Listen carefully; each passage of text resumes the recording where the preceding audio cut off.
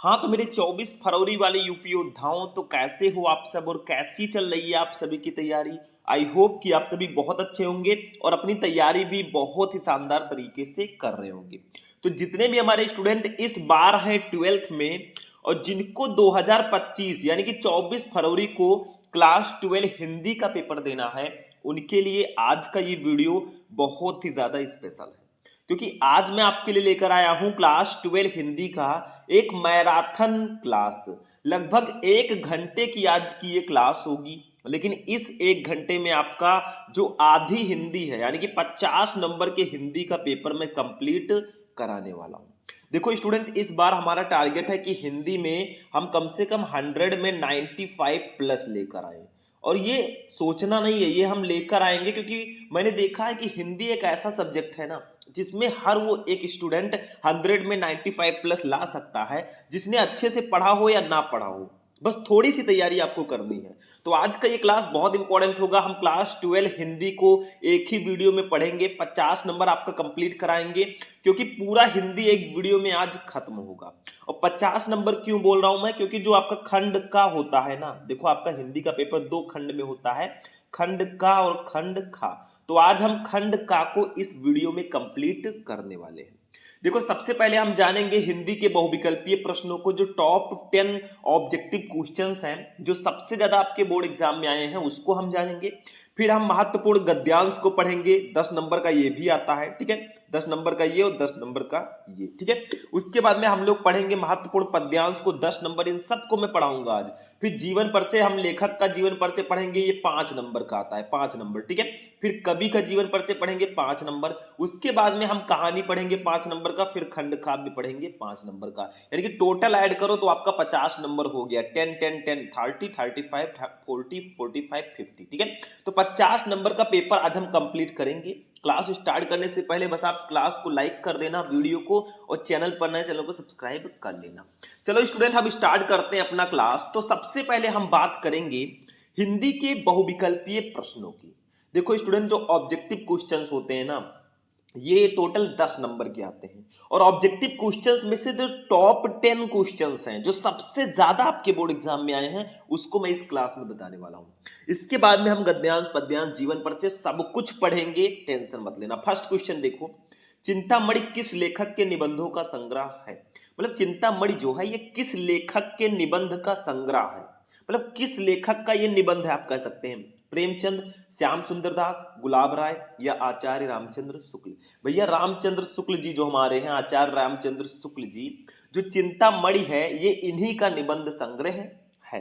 तो आचार्य रामचंद्र शुक्ल जी ही होंगे इसके सही हकदार। दूसरा, ध्रुव स्वामिनी नाटक के लेखक कौन है। ये तो शायद बच्चा बच्चा जानते हो भैया कि ध्रुव स्वामिनी जो नाटक है इसके लेखक आखिर हैं कौन, ठीक है। तो राम कुमार वर्मा, जयशंकर प्रसाद, बालकृष्ण भट्ट, महावीर प्रसाद द्विवेदी। भैया ध्रुव स्वामिनी जयशंकर प्रसाद जी की थी, है और रहेगी, ठीक है। ये ध्यान रखना क्योंकि ये जयशंकर प्रसाद जी की ही रचना है। तीसरा नंबर क्वेश्चन देखो, ध्यान से समझो, हमें पूरे 50 नंबर का क्वेश्चन आज सॉल्व करना है। आज ही हम हिंदी कंप्लीट करेंगे और टेंशन मत लो, ऐसे ही मैं आपको मैराथन क्लास देता रहूंगा। तीसरा, वासुदेव शरण अग्रवाल की रचना है, इसमें से कौन सी रचना वासुदेव शरण अग्रवाल जी की है। देखो इनका चैप्टर भी आपके 12th में है, और जो ये जयशंकर प्रसाद जी हैं इनका भी चैप्टर है। अगर आप इनके जीवन परिचय को पढ़ लेंगे, इनकी रचनाओं को पढ़ लेंगे, तो ये जो क्वेश्चन आए हैं ना, इसका आंसर बहुत आसानी से आप दे देंगे। देखो का है अकाल पुरुष गांधी, खा है भारत की एकता, गा है विवर्त और घा है धरती के फूल। तो इसका राइट आंसर होगा ऑप्शन नंबर खा, भारत की एकता। देखो इसमें से जो वासुदेव शरण अग्रवाल जी की रचना है वो भारत की एकता, ये इन्हीं की रचना है, ये ध्यान रखना। तो आपका खा वाला ऑप्शन बिल्कुल सही होगा। क्वेश्चन नंबर 4 को देखिए, क्या भूलूं क्या याद करूं, ये किस विधा की रचना है। क्या भूलूं क्या याद करूं, ठीक है, ये किस विधा की रचना है बताओ। संस्मरण, डायरी, आत्मकथा या यात्रा वृत्त। तो भैया ये आत्मकथा है, क्या भूलूं क्या याद करूं। तो 4 का गा वाला ऑप्शन बिल्कुल सही होगा। ध्यान से समझना जो मैं बता रहा हूं, क्योंकि क्लास बहुत ज्यादा स्पेशल होने वाला है आज का, ठीक है। एक एक क्वेश्चन को ध्यान से समझना, और अभी लास्ट में मैं आपसे एक क्वेश्चन करूंगा, आप लोगों को देना है उसका आंसर कमेंट बॉक्स में, ठीक है। चलो 5वां क्वेश्चन है, कफन किस विधा की रचना है? भैया कफन एक रचना है, ये किस विधा की रचना है? देखो बहुत सारे विधाएं हैं, नाटक है, कहानी है, उपन्यास है, निबंध है, संस्मरण है, ठीक है। तो इसमें से बताओ कौन सी विधा की रचना है? तो इसका राइट आंसर होगा कहानी। भैया कफन जो है ना ये एक कहानी है। तो आपका गा वाला ऑप्शन बिल्कुल सही होगा, ठीक है। तो ये 5 क्वेश्चन हो गए। अभी तो स्टार्टिंग है मेरे भाई, अभी तो ट्रेलर है, पिक्चर अभी बाकी है मेरे दोस्त। अब चलते हैं अपने 6 नंबर क्वेश्चन पे। देखो, हिंदी का प्रथम कवि माना जाता है, हिंदी का प्रथम कवि किसको मानते हैं? सबरपा, सरहपा, लुइपा या कणहपा? तो भैया सरहपा जी को हिंदी का प्रथम कवि माना जाता है। तो आपका खा वाला ऑप्शन बिल्कुल सही होगा। 7वां क्वेश्चन देखो, विनय पत्रिका के रचनाकार हैं, विनय पत्रिका के रचनाकार कौन है? ये क्वेश्चन काफी स्पेशल है और अक्सर आपके बोर्ड एग्जाम में आता है कि विनय पत्रिका जो रचना है इसके रचनाकार आखिर कौन है? तुलसीदास, कबीरदास, सूरदास या जायसी? भैया इसके जो रचनाकार हैं तुलसीदास जी हैं। तो का वाला ऑप्शन बिल्कुल सही होगा।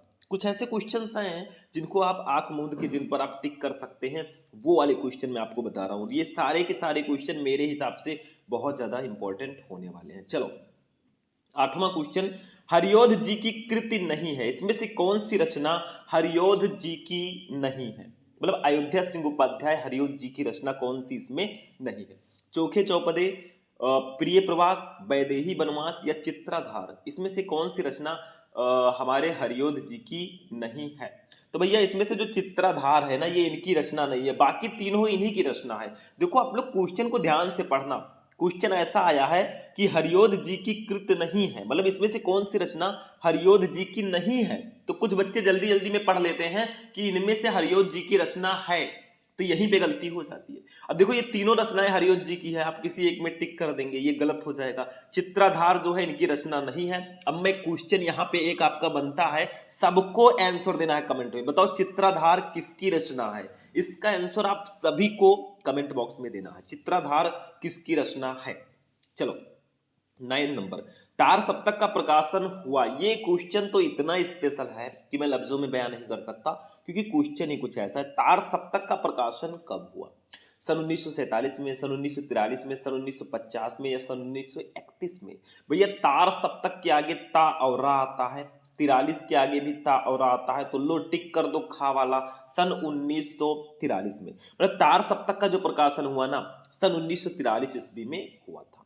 10 नंबर देखो, निम्नलिखित में से कौन सी रचना महाकाव्य नहीं है? इसमें से कौन सी रचना है जो महाकाव्य नहीं है? बताओ, पद्मावत, कामायनी, रश्मिरथी या साकेत? कौन सी रचना इसमें से है जो महाकाव्य नहीं है?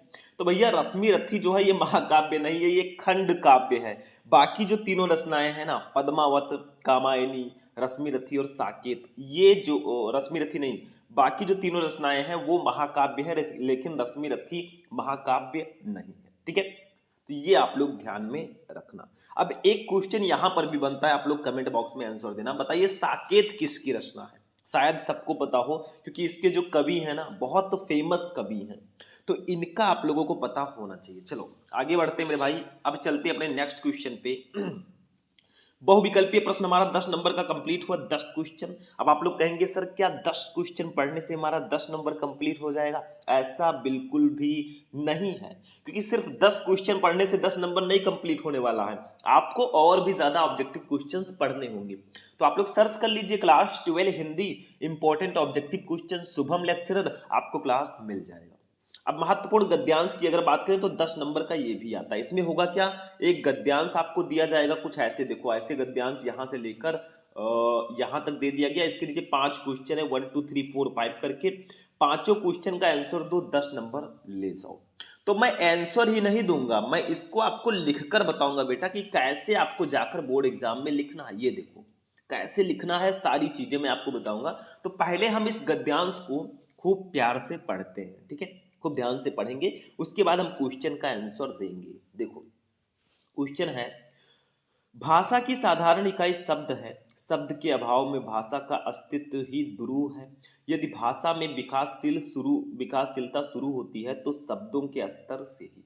मतलब भाषा जो होती है भैया ना, कोई भी लैंग्वेज है उसमें शब्द होंगे, शब्दों से ही तो भाषा का निर्माण होता है। जैसे आप कोई चीज बोलते हैं, कोई भी लैंग्वेज बोलते हैं, तो आप कुछ वर्ड बोलते हैं, वही चीज कहा जा रहा है, ठीक है। आगे देखो, दैनिक सामाजिक व्यवहारों में हम कई ऐसे नवीन शब्दों का इस्तेमाल करते हैं जो अंग्रेजी, अरबी, फारसी आदि विदेशी भाषाओं से उधार लिए गए हैं। वैसे ही नए शब्दों का गठन भी अनजाने में अनायास ही होता है। ये शब्द ये शब्द अर्थात उन विदेशी भाषाओं से सीधे अपकृत ढंग से उधार लिए गए शब्द भले ही काम चलाऊ माध्यम में प्रयुक्त हों, साहित्यिक दायरे में कदापि ग्रहणीय नहीं है। यदि ग्रहण करना पड़े तो उन्हें भाषा की मूल प्रकृति के अनुरूप साहित्यिक शुद्धता प्रदान करनी पड़ती है। अब एक बात बताओ, ये किस चैप्टर से हो सकता है? कोई भी स्टूडेंट इसको समझ सकता है कि आखिर ये किस चैप्टर का गद्यांश हो सकता है? बेटा ये जो हमारे हैं भाषा और आधुनिकता चैप्टर का गद्यांश है। आप वैसे ही समझ सकते हैं क्योंकि भाषा इसमें कई बार आया है, यानी कि ये भाषा और आधुनिकता चैप्टर का गद्यांश है और इसके लेखक हैं प्रो जी सुंदर रेड्डी जी। ठीक है, तो ये चीज आप लोग ध्यान में रखना। ठीक है, अब देखो चलते हैं इसके नीचे और ध्यान से इसको समझते हैं थोड़ा सा इस गद्यांश को। इसके क्वेश्चन का पहले आंसर देते हैं, फिर लिखना सीखेंगे। देखो फर्स्ट क्वेश्चन है, उपयुक्त गद्यांश के पाठ और लेखक का नाम लिखिए। भैया पाठ का नाम भाषा और आधुनिकता, लेखक का नाम प्रो जी सुंदर रेड्डी।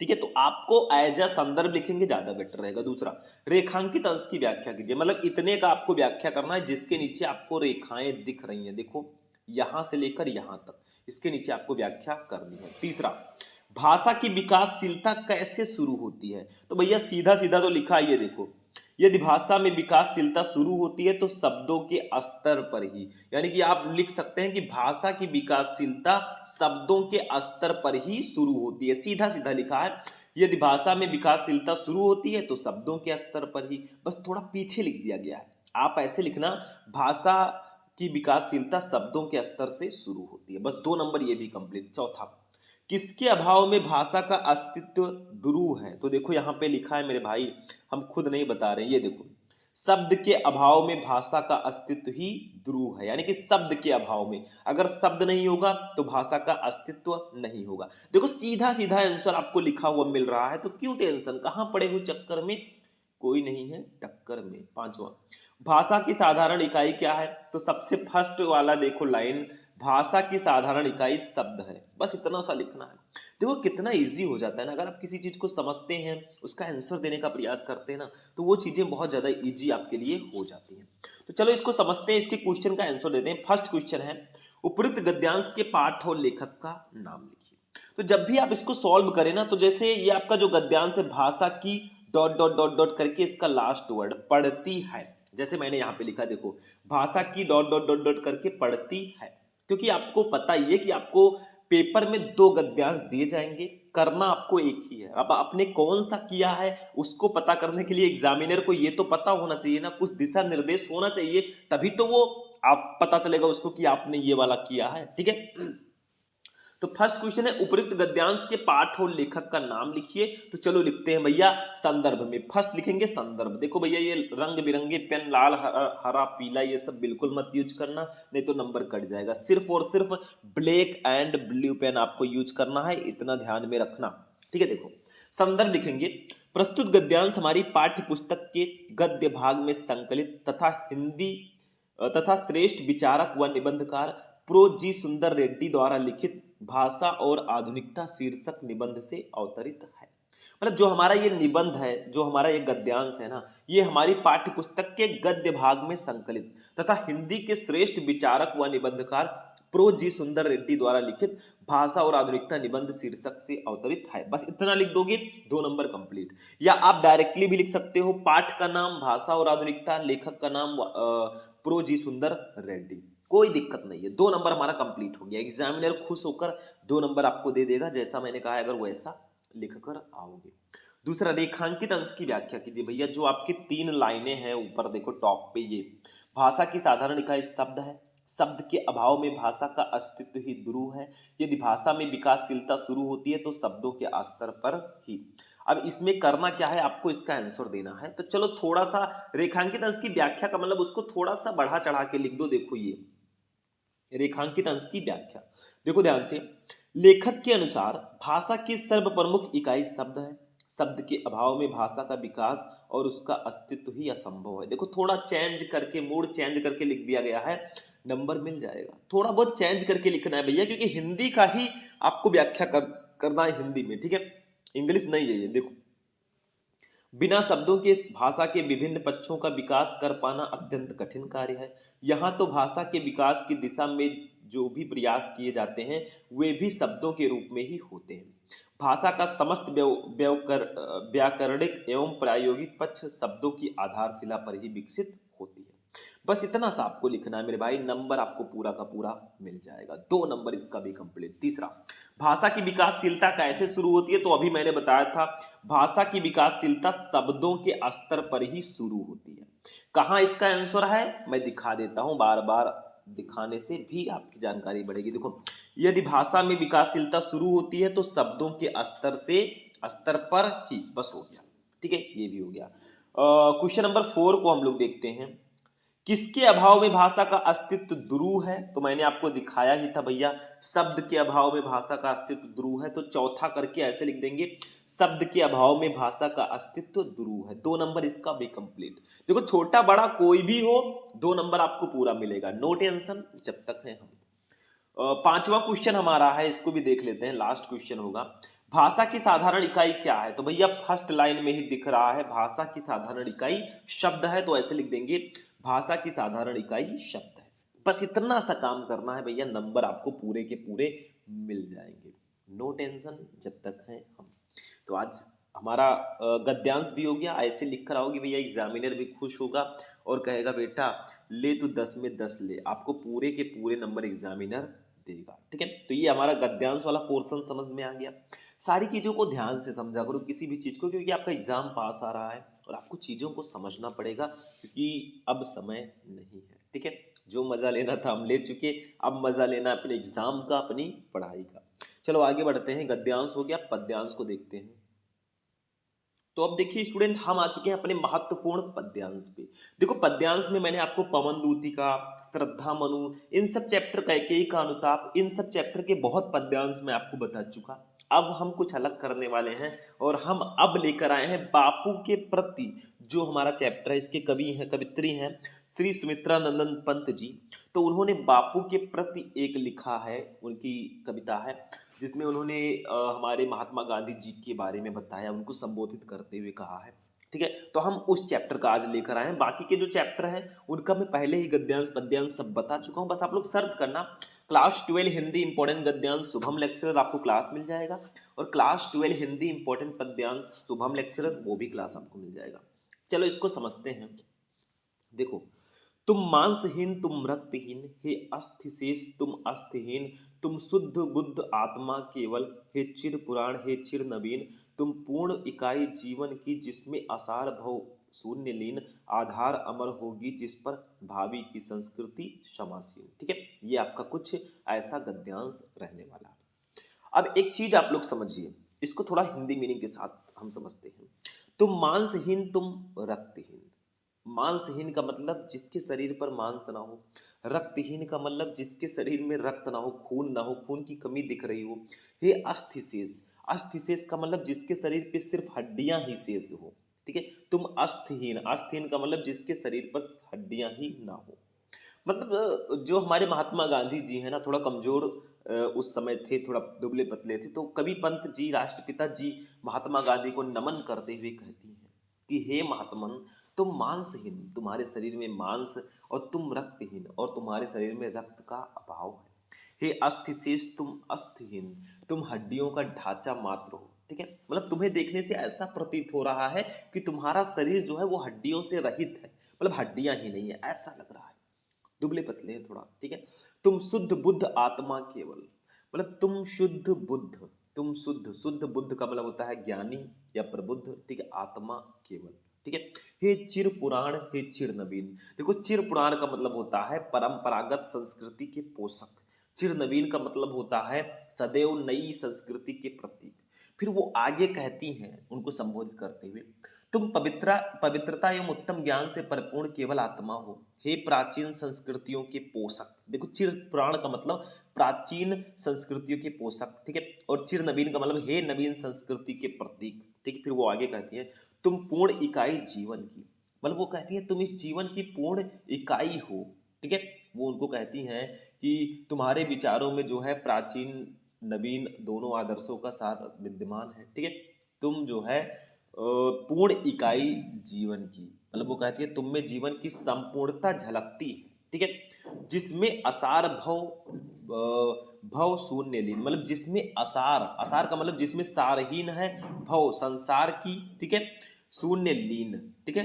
मतलब वो कहती हैं आगे कि तुम्हारे अंदर जो है विश्व की संपूर्ण असारता को समा लेने की क्षमता है, ठीक है। आगे देखिए, आधार अमर होगी जिस पर, मतलब जिस पर आधार ये अमर होगी, ठीक है, भावी की संस्कृति समासीन, मतलब भावी का मतलब होता है भविष्य की संस्कृति, संस्कृति समासीन, समासीन का मतलब होता है प्रतिष्ठित, पुनः प्रतिष्ठित, ठीक है।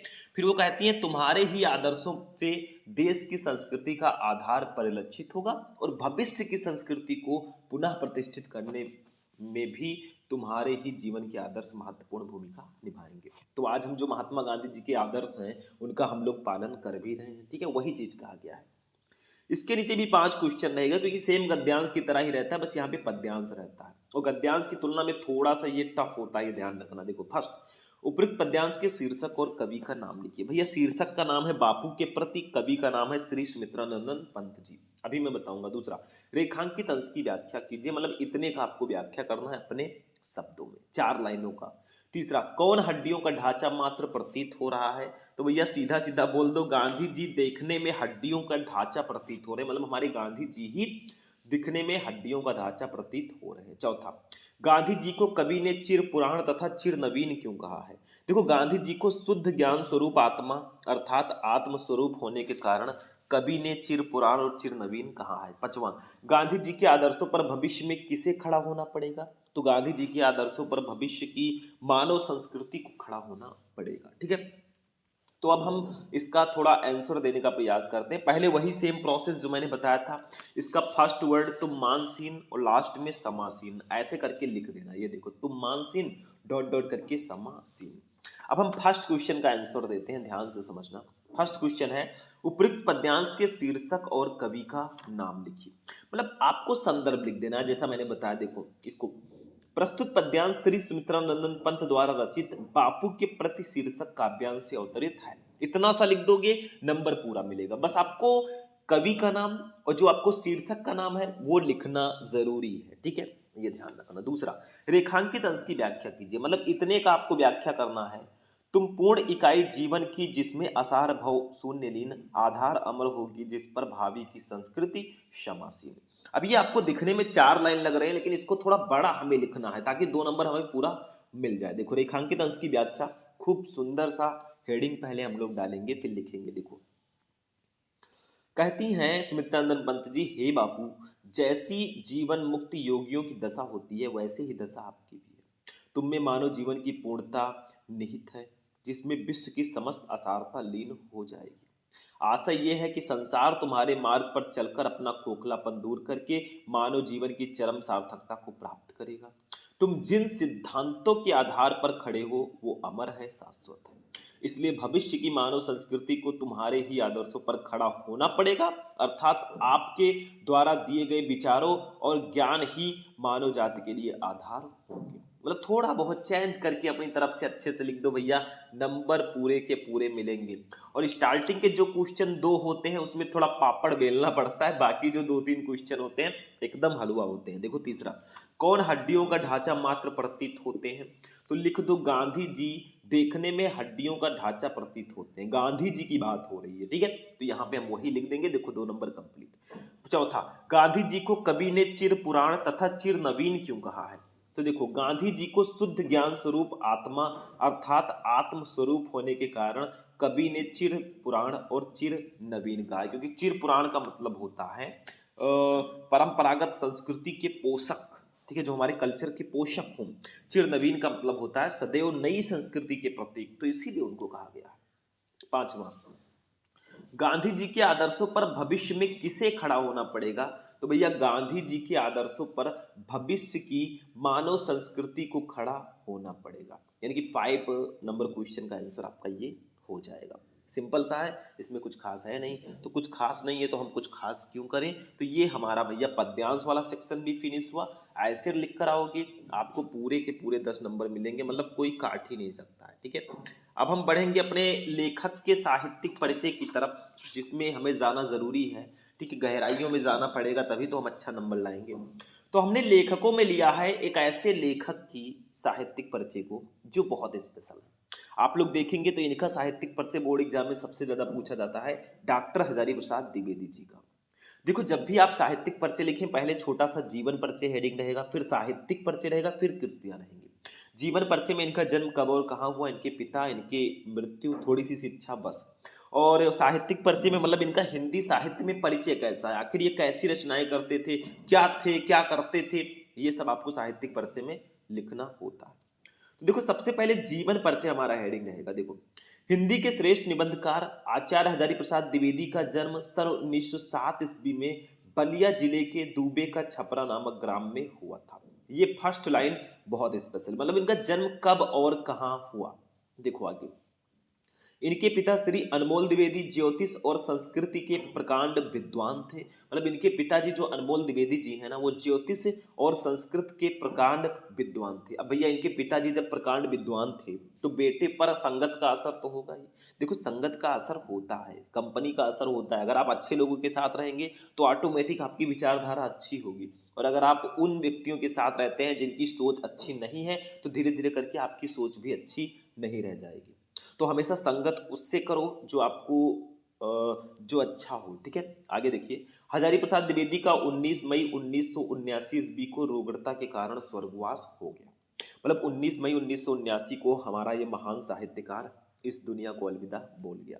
तो जीवन परिचय में बस इतना सा लिखना है। फिर साहित्यिक परिचय की बात करें तो हिंदी साहित्य में इनका कैसा परिचय है वो हम साहित्यिक परिचय में लिखते हैं। देखो ध्यान से समझना, हजारी प्रसाद द्विवेदी साहित्य के प्रख्यात निबंधकार, इतिहास लेखक, अन्वेषक, आलोचक, संपादक तथा उपन्यासकार के अतिरिक्त कुशल वक्ता और सफल अध्यापक भी थे। मतलब इतनी सारी क्वालिटीज किसी एक व्यक्ति के अंदर अगर है तो भैया वो कितना ज्यादा ग्रेट होगा आप खुद ही समझ सकते हो। देखो हजारी प्रसाद द्विवेदी साहित्य के प्रख्यात निबंधकार, मतलब वो निबंध रचनाएं भी लिखते थे, इतिहास लेखक इतिहास भी लिखते थे, अन्वेषक अन्वेषक भी थे, आलोचक उन्होंने आलोचनाएं भी लिखी, संपादक उन्होंने संपादन भी किया, तथा उपन्यासकार वो उपन्यास भी लिखे उन्होंने, के अतिरिक्त कुशल वक्ता वो अच्छे लेक्चरर भी थे और सफल अध्यापक भी थे। मतलब इतनी सारी क्वालिटीज एक व्यक्ति के अंदर है तो उसकी महानता का आप आइडिया लगा सकते हैं। आगे देखो, वे मौलिक चिंतक, भारतीय संस्कृति और इतिहास के मर्मज्ञ, बंगला तथा संस्कृत के प्रकांड विद्वान थे। देखो इनके पिताजी भी संस्कृत के प्रकांड विद्वान थे, आगे चलकर हमारे डॉक्टर हजारी प्रसाद द्विवेदी जी भी संस्कृत के प्रकांड विद्वान हुए। मतलब ये क्या थे, किस प्रकार के लेखक थे, क्या करते थे, वही सब आपको लिखना है साहित्यिक परिचय में। फिर देखो इनके साहित्य पर संस्कृत भाषा, आचार्य रामचंद्र शुक्ल और रविंद्रनाथ ठाकुर का स्पष्ट प्रभाव है। इन्होंने विश्व भारती और अभिनव ग्रंथ भारतीय ग्रंथमाला का संपादन भी किया। मतलब जो जो किया वो भी आपको लिखना है। और साहित्यिक परिचय बस थोड़ा सा बड़ा लिखना है क्योंकि भैया मेन हमारा साहित्यिक परिचय होता है। जितना मैंने लिखा है उससे एक आध लाइन आप कम भी लिख सकते हैं, कोई दिक्कत नहीं है। देखो इन्होंने नित्य प्रति के जीवन की गतिविधियों और अनुभूतियों की मार्मिकता के साथ चित्रण किया। ये हिंदी ललित निबंध लेखकों में अग्रगण्य है। बाकी इनके जो पुरस्कार मिले वो भी आपको इसी में लिखना है, ये ध्यान रखना। तो द्विवेदी जी की साहित्य सेवा को डी लिट, पद्म भूषण और मंगला प्रसाद पारितोषिक से सम्मानित किया गया। मतलब इनको जो पुरस्कृत किया गया ना, जो इनको सम्मानित जो किया गया है वो भी चीजें आपको इसी साहित्यिक परिचय में लिखनी है, ये ध्यान रखना। ठीक है, अब आते हैं रचनाओं पर, क्योंकि 2 नंबर की रचनाएं भी होती हैं तो रचनाएं लिखना बहुत जरूरी है। तो रचनाएं, इनकी प्रमुख रचनाएं निम्न है। आपको थोड़ा हेडिंग हेडिंग डाल के लिखना है, जैसे निबंध कौन कौन से हैं, इतिहास कौन सा है, उपन्यास कौन सा है, ऐसे करके लिखना। तो देखो निबंध संग्रह में इन्होंने अशोक के फूल, कुटज, विचार प्रवाह, विचार और वितर्क, आलोक पर्व, कल्पलता, ये सब इनके निबंध संग्रह हैं। इनको ध्यान रखना क्योंकि यही वाला क्वेश्चन उठा के ऑब्जेक्टिव में दे दिया जाता है कि कुटज के लेखक कौन है। ठीक है, इनमें से हजारी प्रसाद द्विवेदी की कौन सी रचना है, तो आपको इसी में से ऑप्शन दे दिया जाएगा। आलोचना साहित्य में सूरदास, कालिदास की लालित्य योजना, कबीर, साहित्य सहचर, साहित्य का मर्म, ये इनकी आलोचना की रचनाएं हैं। इतिहास में इनकी हिंदी साहित्य की भूमिका, हिंदी साहित्य का आदिकाल और हिंदी साहित्य, ये इनकी इतिहास वाली रचनाएं हैं। ठीक है, मतलब इतिहास में। उपन्यास में अगर हम लोग बात करें भैया तो वाण भट्ट की आत्मकथा, चारुचंद्र लेख, पुनर्नवा और अनाम दास का पोथा। ये क्वेश्चन बहुत आता है कि बाण भट्ट की आत्मकथा के लेखक कौन है, ऑब्जेक्टिव में डायरेक्टली दे दिया जाएगा। या फिर इनमें से कौन सी रचना डॉक्टर हजारी प्रसाद द्विवेदी जी की है। तो रचनाएं आप लोग जरूर पढ़ लेना, जितने भी लेखक जितने भी कवि हैं ना, सबकी रचनाएं आपको आनी चाहिए। रचनाएं जितना ज्यादा पढ़ो रहोगे ना, ऑब्जेक्टिव क्वेश्चन उतने अच्छे से सॉल्व कर लोगे। संपादन में नाथ सिद्धों की वाणियां, संक्षिप्त, पृथ्वीराज रासो, संदेश रासक। अनुदित रचनाओं में प्रबंध चिंतामणि, पुरातन प्रबंध संग्रह, प्रबंध कोश, विश्व परिचय, लाल कलेंद्र, संदेश रासक। मतलब आपको आप चाहे तो मेन वाला लिख दे। देखो, निबंध लिख देना, इतिहास लिख देना, उपन्यास लिख देना, यही 3 लिख दोगे आपको 2 नंबर पूरा मिल जाएगा। टेंशन नहीं लेने का। पूरा लिख देते हो भैया तो और बेटर है। जितना आपके पास टाइम हो उसके अकॉर्डिंग ही आपको लिखना है। चलो आगे बढ़ते हैं अब हम लोग। अब आते हैं अपने कवि के साहित्यिक परिचय पर। सेम वही प्रोसेस हमने लिया रामधारी सिंह दिनकर जी को, जो कि हमारे 12th के बहुत फेमस कवि हैं, और इनका साहित्यिक परिचय आपको जरूर पढ़ना चाहिए। तो वही सेम प्रोसेस इसमें भी रहेगा। पहले छोटा सा जीवन परिचय हम लेंगे, फिर साहित्यिक परिचय लिखेंगे, फिर रचनाओं को लिखेंगे। ये ध्यान रखना, ठीक है। वही सेम टू सेम प्रोसेस इसमें भी रहेगा। देखो, जीवन परिचय पहले हेडिंग डालते हैं। तो श्री रामधारी सिंह दिनकर का जन्म 30 सितंबर 1908 ईस्वी को जिला मुंगेर बिहार के सिमरिया नामक ग्राम में हुआ था। मतलब ये बिहार से थे हमारे श्री रामधारी सिंह दिनकर जी। तो इनका जन्म 30 सितंबर 1908 ईस्वी को जिला मुंगेर बिहार के सिमरिया नामक ग्राम में हुआ था। इनके पिता का नाम श्री रवि सिंह और माता का नाम श्रीमती मनरूप देवी था। मतलब इनके पिताजी का नाम श्री रवि सिंह था और माता का नाम श्रीमती मनरूप देवी था। इनकी प्रारंभिक शिक्षा गांव की पाठशाला में ही हुई। मतलब इनकी जो स्टार्टिंग की शिक्षा है ना, वो गांव की ही पाठशाला में हुई थी। इनका स्वर्गवास 24 अप्रैल 1974 ईस्वी को मद्रास चेन्नई में हो गया। और आखिर वो काला दिन आ ही गया जब हमारे ये महान कवि रामधारी सिंह दिनकर जी हम सबको छोड़ के अलविदा बोल गए। ठीक है, तो ये हो जाएगा इनका जीवन परिचय। मतलब इनका जन्म, जन्म स्थान, इनके पिता, इनकी माता, इनकी शिक्षा और इनकी मृत्यु। इतना आप लोग सटीक लिख देना, नंबर पूरा मिलेगा। साहित्यिक परिचय की अगर हम लोग बात करें स्टूडेंट, तो साहित्यिक परिचय में इनका साहित्य में कैसा परिचय है वही सब यहाँ पे भी लिखना होता है। देखो, साहित्यिक परिचय, दिनकर जी की सबसे प्रमुख विशेषता उनकी परिवर्तनकारी सोच रही है। मतलब जो उनकी चेंजेस वाली सोच है ना, वो सबसे प्रमुख इनकी विशेषता है। उनकी कविता का उद्भव छायावाद युग में हुआ और वो प्रगतिवाद, प्रयोगवाद, नई कविता आदि युगों से होकर गुजरी। मतलब उनकी जो कविता का उद्भव है, जो कविता लिखना उन्होंने स्टार्ट किया ना, छायावाद से स्टार्ट किया, और वो प्रगतिवाद में, प्रयोगवाद में, नई कविता आदि युगों में होकर इनकी जो ये इनकी कविता जो है गुजरी थी। मतलब इसमें इसमें इन्होंने अपनी लेखनी की थी। इस दीर्घ काल में जो आरंभ से अंत तक उनके काव्य में रही, वो है उनका राष्ट्रीय स्वर। मतलब इस बड़े जीवन काल में, अपने लेखन के काल में, जो आरंभ से अंत तक, मतलब जो शुरू से अंत तक रही उनके काव्य में, वो है उनका राष्ट्रीय स्वर। मतलब उनका जो आवाज है, स्वर है। ठीक है, राष्ट्र के प्रति दिनकर जी राष्ट्रीय भावनाओं के ओजस्वी गायक रहे हैं। मतलब राष्ट्रीय भावनाओं के ये ओजस्वी गायक थे।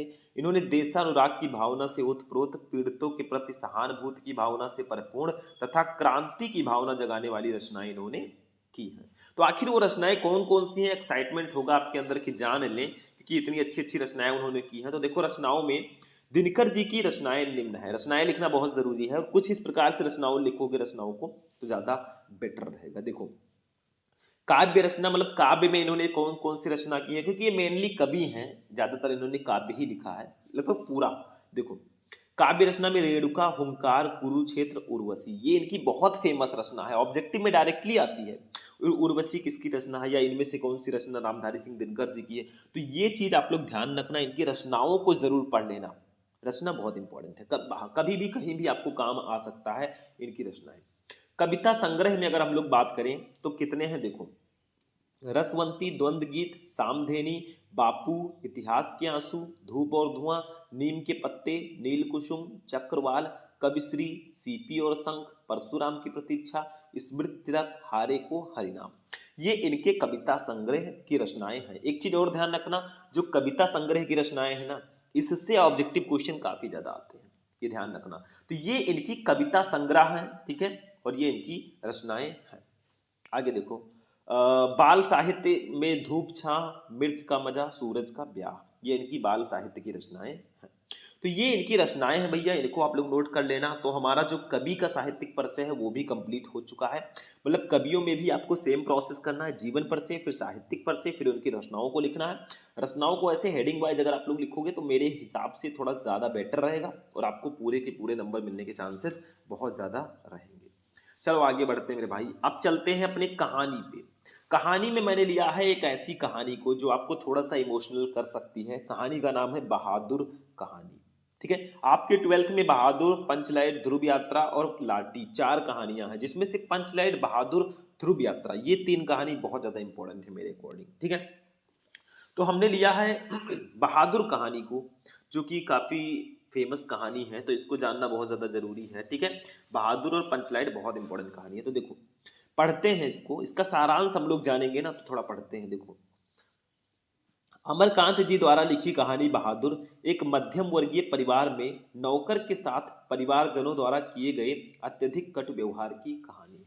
मतलब इसको अमरकांत जी ने लिखा है, और ये जो कहानी है ना, ये बहादुर एक मध्यम वर्गीय परिवार में, एक मिडिल क्लास फैमिली में नौकर के साथ परिवारजनों द्वारा किए गए अत्यधिक कटु व्यवहार की कहानी है। मतलब एक नौकर है, उसको परिवार वाले बहुत ज्यादा प्रताड़ित करते हैं अपने ही नौकर को, तो उसी की ये कहानी है।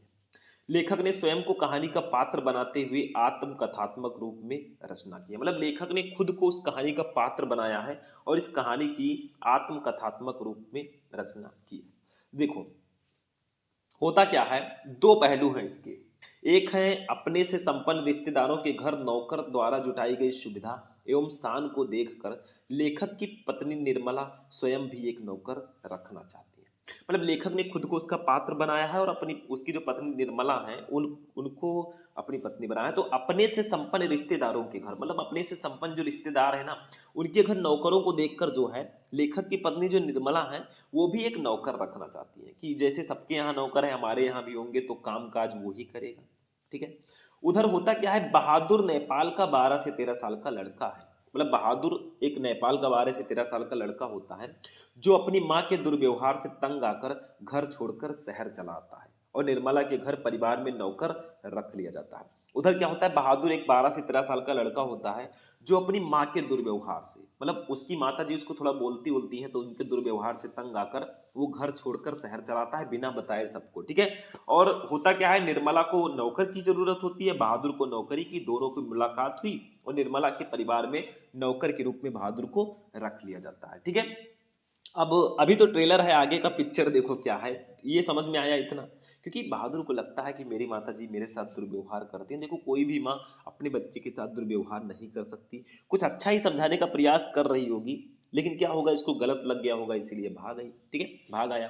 तो कभी भी मत सोचो, क्योंकि मैंने कहा ना कि अपने तो अपने होते हैं। बेचारा भाग तो आया, लेकिन यहाँ पे उसको सुकून नहीं मिलेगा। देखो निर्मला और उसका परिवार बहादुर के प्रति पहले तो अच्छा व्यवहार करते हैं, परंतु धीरे धीरे कठोरता बरतने लगते हैं। मतलब निर्मला और उसके फैमिली वाले ना, जो नौकर उसका है बहादुर, उसके साथ पहले बहुत अच्छा व्यवहार करते हैं, लल्ला मुन्ना। ठीक है, उसके बाद में क्या होता है, धीरे धीरे वो कठोरता बरतने लगते हैं। मतलब धीरे धीरे उनकी जो स्वभाव है वो चिड़चिड़ा हो जाता है। वो घर का सारा काम करता है, इसके बावजूद उसके साथ गाली गलौज से मारपीट तक की नौबत आ जाती है। मतलब बहादुर भैया घर का सारा काम करते हैं, फिर भी उनके साथ गाली गलौज की जाती है और मारपीट तक की नौबत आ जाती है। झूठी चोरी का इल्जाम लगाकर उसे अपमानित किया जाता है और पीटा जाता है। इतना ही नहीं, झूठी झूठी चोरी का इल्जाम लगाकर ना उसको अपमानित करते हैं लोग और उसको पीटते हैं। ठीक है, ये गलत है। देखो जब तक उसको साथ गाली गलौज की गई, मारपीट की गई, उसको प्रॉब्लम थोड़ी बहुत हुई, लेकिन जब उसके ऊपर झूठी चोरी का इल्जाम लगाया गया, उसे अपमानित किया गया और उसको पीटा गया ना, तब उसको बहुत बुरा लगा। क्योंकि भाई अगर जो काम आपने ना किया हो ना, कोई अगर वो इल्जाम आप पर लगा दे तो बहुत बुरा होता है। होता क्या है, अंततः बहादुर घर छोड़कर चला जाता है। फिर होता क्या है, बहादुर भैया घर छोड़कर चले जाते हैं। अब परिवार के सभी सदस्य उसे ढूंढते हैं, क्योंकि उसके कारण सब आराम के आदी हो चुके हैं। जब बहादुर घर छोड़ के चला जाता है ना, देखो इतना टॉर्चर किसी को भी करोगे ना, वो घर छोड़ के जाएगा ही जाएगा। अब होता क्या है कि लोग वो घर वाले जो है बहादुर को बहुत ज्यादा ढूंढते हैं, क्योंकि सब आराम के आदी हो चुके थे, बैठे बैठे खा रहे थे, काम करना नहीं पड़ता था, बहादुर कर ही देता था, तो सब आराम के आदी हो चुके थे। बहादुर की उपयोगिता देखकर सभी अब अपना घरेलू कार्य करने से घबराते हैं। मतलब बहादुर की उपयोगिता को देखकर ना जितने लोग हैं सब अपना घरेलू काम करने से घबराते हैं, उनको घबराहट होती है। बहादुर के घर छोड़ जाने पर वे सभी पश्चाताप करते हैं तथा अच्छा व्यवहार करने की सोचते हैं। और जब बहादुर भैया घर छोड़कर चले जाते हैं ना, तो घर वाले बहुत मिस करते हैं उसको, वो पश्चाताप करते हैं और वो सोचते हैं कि अगर वो मिल जाए, आ जाए, तो हम बहुत अच्छा व्यवहार करेंगे। लेकिन एक आपने सुना होगा लाइन, परंतु अब पछताए होत क्या जब चिड़िया चुग गई खेत। मतलब अब पछताने से कुछ नहीं होगा बेटा, जब चिड़िया चुग गई खेत मतलब जब सब कुछ हो चुका है। बहादुर में सहनशीलता और स्वाभिमान की भावना कूट कूट कर भरी हुई है। मतलब जो हमारे बहादुर भैया है ना, इनमें सहनशीलता और स्वाभिमान की भावना कूट कूट कर भरी हुई है। भले ही वो गरीब हैं, लेकिन उनके अंदर सहनशीलता है ना। क्योंकि कोई गरीब हो या अमीर हो, अगर उसको कुछ बोलोगे ना उल्टा सीधा या उसके साथ गाली गलौज करोगे, तो भैया वो भी आदमी ही है, ठीक है। बुरा तो उसको भी लगेगा, उसके अंदर भी फीलिंग्स है। उसके इसी चरित्र के कारण ये कहानी हमें प्रिय है। बस कहानी हमारी यहीं पर फिनिश होती है। जो भी हमें कहानी बनानी थी हमने बना दिया। मतलब होता कुछ नहीं है इसमें। लेखक की पत्नी निर्मला मतलब एक नौकर रखना चाहती है, उधर बहादुर को नौकरी चाहिए होता है, ठीक है। दोनों मिलते हैं, उसके घर में नौकर के रूप में रख लिया जाता है। पहले बहुत अच्छा व्यवहार करते हैं, धीरे धीरे वो कठोरता बरतने लगते हैं। मतलब सब कुछ मैंने बता दिया कहानी का, ठीक है।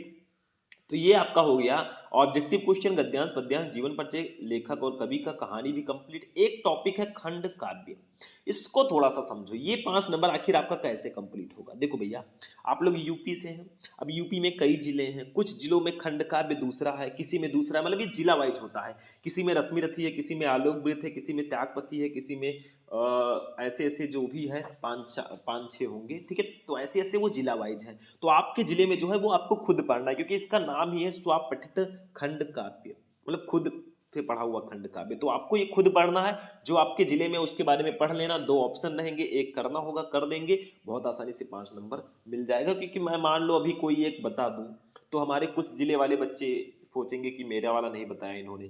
तो मतलब मैं यही कहना चाहता हूँ कि आप लोगों का सारा टॉपिक सेम रहता है, सिर्फ यही टॉपिक है जो जिला वाइज होता है, ठीक है। तो आपके जिले में जो है वही आप लोग पढ़िएगा, फालतू के आपको नहीं पढ़ना। तो आज का क्लास आपको कैसा लगा।